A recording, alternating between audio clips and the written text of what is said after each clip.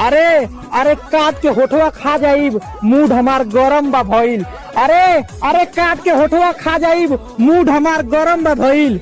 हे राजा, दो लड़का के बाप हो गयला, तुहार लड़कैया ना गई। नाम के जवान दिल लगौनी तू दिमाग लगा दिहलू कि अरे हम दिल लगौनी तू दिमाग लगा दिहलू। चलो कोई बात ना, जो कुछ भी कैलू बहुत अच्छा कैलू। कि चलो कोई बात ना, जो कुछ भी कैलू बहुत अच्छा कैलू। काहे से कि हे दिल भी अपन औकात भूल गेल रहे। चल वापस कर भैया आ गेलो। ए ज्यादा नाटक ना कर, ठीक है ना। जब प्यार के दुगो बात चले लगल ना तो तोरा भैया आइए जालो, ठीक है। अगर सच्चा प्यार करते ना तो तू अपना भाई से न डरते। भैया आ गेलो, भैया आ गेलो।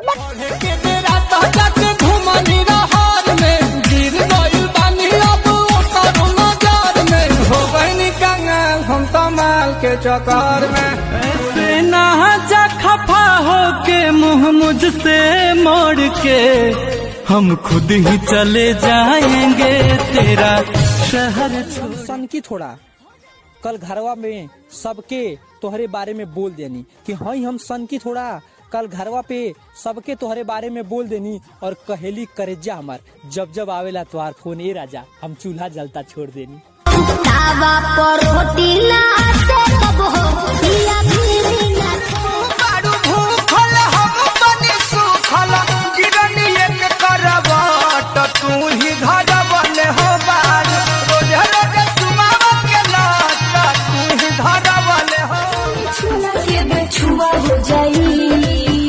अरे तो सुन कहा बोला अरे आज पूरा तो के जाई अपन मन की धान भले धुआं हो जाई। मम्मी क्या बताए बुना चली है पापा हो। हम आइम का छुआइम पकड़ाइम पका हो। खोले के राखब पंकज पिछला दरा।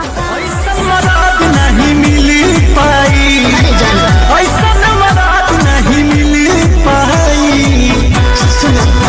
हमके दुल्हन बना लो ना तो दूसर लेके जाई।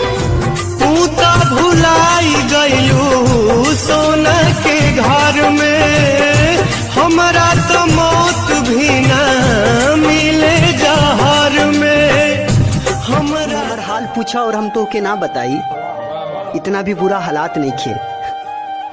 कि अरे तू हमार हाल पूछा और हम तो के ना बताई, इतना भी बुरा हालात नहीं खे। और बस एक छोटा सा दिल ही तो टूटल बा हमर करेजा।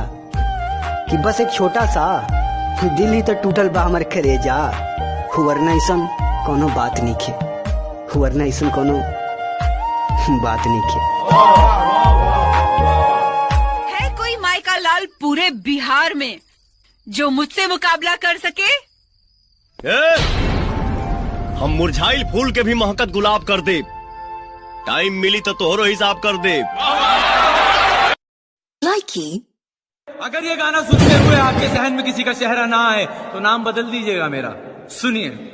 तुझसे पहले के हूँ दिल में हमारा सुनाया